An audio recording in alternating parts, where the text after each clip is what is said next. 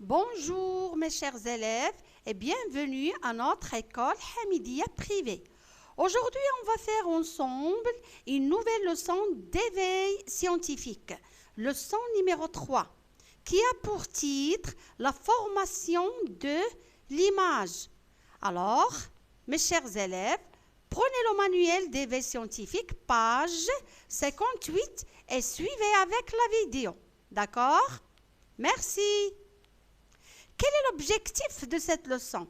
L'objectif de cette leçon, c'est de définir les caractéristiques de l'image. Et comme d'habitude et d'après le plan du travail, on commence toujours par la rubrique « Je découvre ». Et on va faire ensemble un petit rappel. La chambre noire se compose par l'écran, la chambre noire et le sténopé. Le sténopé, c'est un trou minuscule. La partie A observe le dessin et décrit l'image obtenue sur l'écran d'une chambre noire. Alors, regardez bien cette image. Comment apparaît-elle l'image sur l'écran d'une chambre noire d'un appareil photo? Alors, regardez bien. Je vois que l'image est réduite et renversée. Réduite, ça veut dire tout simplement plus petite. Alors, vous allez prendre le manuel d'éveil scientifique et vous allez écrire cette réponse scientifique. L'image est réduite et renversée. D'accord? Très bien. Et maintenant, mes chers élèves, on passe à la partie B. Étant donné qu'on a vu tout à l'heure dans la partie A que l'image est réduite et renversée. Dans la partie B, l'expérience suivante illustre une autre caractéristique de l'image. Laquelle?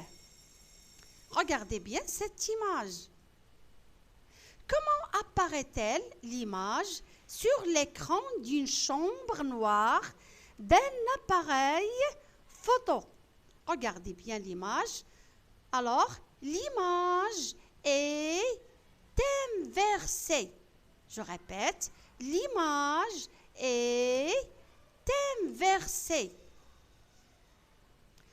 Alors, prenez le manuel, on est toujours dans la page 58, la partie B, et écrivez cette information scientifique. L'image est inversée de gauche à droite. D'accord? Très bien. Et maintenant, mes chers élèves, on passe à la rubrique « Je déduis ». Je déduis, ça veut dire tout simplement, j'essaie de comprendre les données et de bien les retenir. D'accord? Sur l'écran d'une chambre noire d'un appareil photo, l'image apparaît renversée haut en bas, inversée gauche-droite, réduite plus petite. Alors, les dimensions de l'image changent selon la distance entre l'objet éclairé et le sténopé. D'accord?